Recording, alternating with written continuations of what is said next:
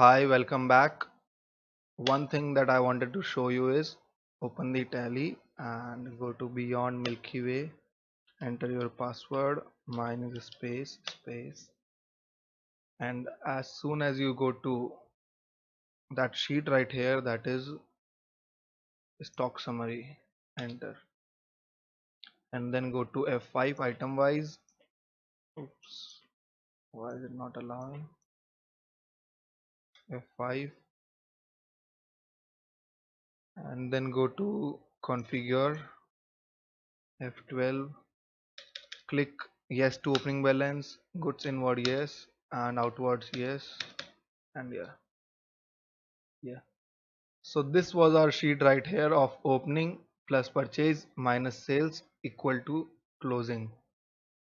Now, can you tell me that how did Tally arrive at these figures? That is, how did Tally value these figures? This is our closing stock, right? The stock that is remaining with us at the last day of the balance sheet. So, how did Tally arrive at these figures?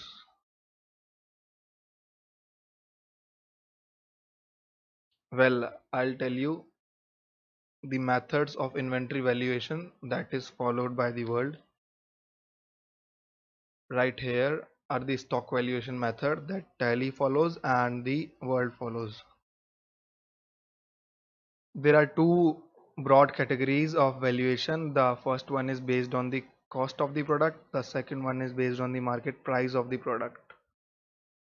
And then as per the accounting standard boards and valuation of inventory standards, Tally has various features in it to use these different methods. The first one is at zero cost, that is at the first purchase price of the product. The second one is average cost. I'm going to tell you about it. The third one is FIFO, and yeah, this one is last purchase cost, which is very obvious, or that is the last purchase cost of the product. LIFO, we'll understand about it also. Standard cost, this one right here is, suppose whenever you open a product, you open this product, you define a standard cost of the TV, that is suppose 2000 rupees. Hence it will always calculate the cost of the product here as 2000 rupees. Standard cost needs to be defined as per the standards of the industry. And yeah, market valuation method is also same: zero price, average price, last sale price, standard price. So let's study about some of the prominent methods of inventory valuation. This one right here is first in first out, that is the most basic method, and yeah, that is FIFO method. It assumes that whichever inventory came first, it should go out first, and whichever came, yeah, simple. That is basically everything to it. This right here is an example. Suppose we have inventory of 10 units at $5 per unit, and we have purchased 140 units at $6 per unit. And as now we have sold 100 units, hence these 10 units are sold. So first these 10 units will be sold, and then remaining 90 units that need to be sold will be sold from 140 units. Hence whatever is remaining is from these units only. So I'll tell you right here, 10 units are purchased, but 10 units are opening stock, 140 is purchased. Now the order quantity is 100 units. So to satisfy this 100, first 10 units will be used, and then 90 units from purchase will be used. Hence the remaining inventory, that is 140 minus 90 is 50. These 50 will be valued at a rate of whatever the purchase price of these 140 units was. As you can see, ending inventory amount is 50 into 6, $300. So this is pretty obvious. What came first should go out first, and yeah, this method right here is LIFO method, that is last in first out. So what came out last will go out first. You can see right here, that is beginning units is 10, 140 is purchased. Now as we are selling, how many units? 100. So these units came last, hence they will go first. This implies what are the closing stock left, that is 10 of $5, okay, and 40 of $6. So the closing inventory will be 10 into 5 and 40 into 6. That's what I guess it is. It should be 40 into 6 and 10 into 5. Yeah. Hence $290. So you can analyze the change in these both, that is $300 and yeah, $290. So whatever came last should go out first, and whatever's remaining units, it should be taken as the purchase price. Yeah, whatever units are remaining, the purchase price of those units should be taken into account. Now this is the average cost method. Right here you can see beginning with 10 units, and then 140 are purchased at the rate of 6. This is 5. This right here is 6. And then sold units are 100 units. As you can guess, this is average cost. This implies the average of both will be taken into account. Hence 100 units are sold, that is 100 units are sold at rupees 5. The remaining units are 10 plus 40, that is 50 units. Now how do we calculate it? You have to use this formula right here, that is weighted average cost per unit. Now this formula is calculated, that is 10 into 5, 140 into 6. The total comes to, okay, this right here, divided by the total number of units, divided by 150. So the formula should go like 10 into 5, that is 50, okay, plus 140 into 6 divided by 150. Hence the amount will come to $5.9. So the remaining units that are in the closing stock, that is 50, after selling out 100 units, should be multiplied by 5.9. So this is how a rate average cost is calculated.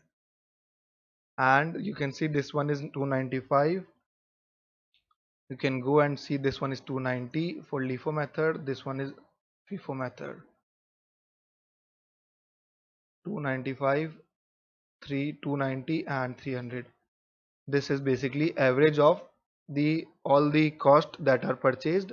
Hence this is the most widely used method and most appropriate one also, although you can use LIFO method and FIFO method and try to inflate your profits, or try to deflate your profits, or you can normalize your profits. I'll tell you how to manipulate your profits by the help of closing stock valuation later in the future.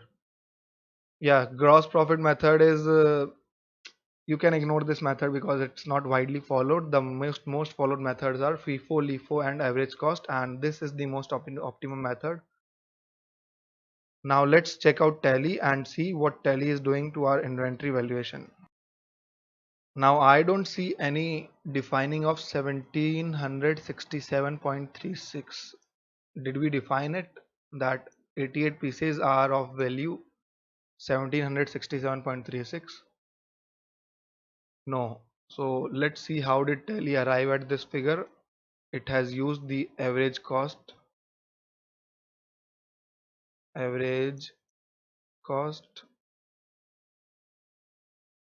Now as you can see right here, 400 pieces at the rate of 1800, 7,20,000, and the purchase figure is 78 pieces at the rate of 1600, 1,24,800. So the total of the value of the mini size TV that we have in our stock is 7,20,000 plus 1,24,800, and the total units we have is 400 plus 78, that is 400 plus 78, how much it is? 478. Now let's open the calculator. Windows R, Calci, enter. Yeah, right here is my calculator. You can also use tally calculator, but yeah, why not?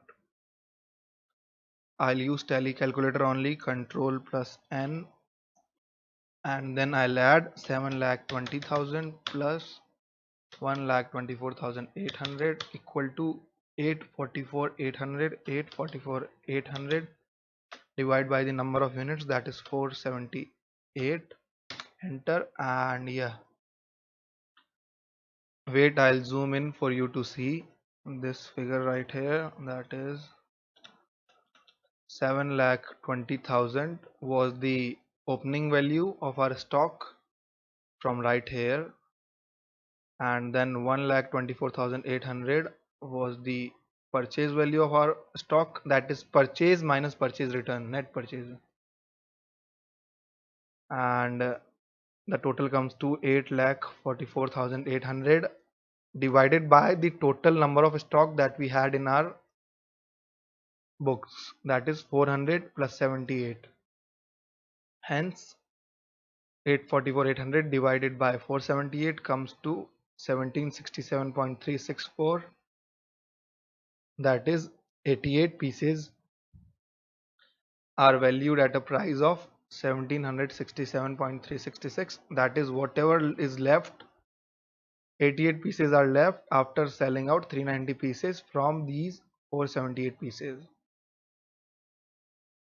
Okay, now you can imagine how Tally calculates its average price, that is add all the values of the opening balance and purchases and reduce all the, and yes, divide by the number of units, that is opening plus net purchase divided by the number of units. That is how average cost comes to Tally. Now let's check out the other one. Suppose this right here looks very fishy. 1254, 12,544.12. So how will you do it? We will add 8,880,000 plus 818,000 and divided by 74 plus 62. Let's see if we can do it. Where are you, Tally calculator? 888,000. Let's zoom in. 888,000 plus 818,000 plus 818,000 and divided by 74 plus 62 is 136, I guess. I'm not really sure. I'll just hit a trial. 136, or yeah, for confusion you can avoid 74 plus 62 is 74 plus 62 is 130, 136, 1706 divided by 136 and 1254444.116 hence it is rounded off to two figures as by when we were creating a company we had told it to round off in two figures 1254.12, that is 1254.12. So this is how Tally values your closing stock, and these figures, the figures that are right here, will be reflected in our trading account, and I'll show you a glimpse of trading account. Then we'll learn what a trading account is. Profit and loss account, this right here, this right here. So you can check out this figure, that is 880872, 880872. Okay, now let's go to which one? Oops. Yeah, let's go to stock summary again. Stock summary. Yeah, you can see this figure right here is equal to this figure. Hence, the closing stock is calculated by average cost. The rate is calculated by average cost. You can define your own rate, that is standard rate. You can define FIFO method, you can define LIFO method. It doesn't matter which method do you define, the rate will be multiplied by the closing stock, and this figure right here, the total, will be reflected in at two places. One is at profit and loss account, that is the closing stock right here, 880872, and it will be reflected also in balance sheet, that is in the current asset. Closing stock, where are you? Yeah, closing stock right here, 880872. So in next lecture we'll learn what is this thing right here, that is this window right here, and what we have done about this window, and why is gross profit and gross loss important. So see you and good day.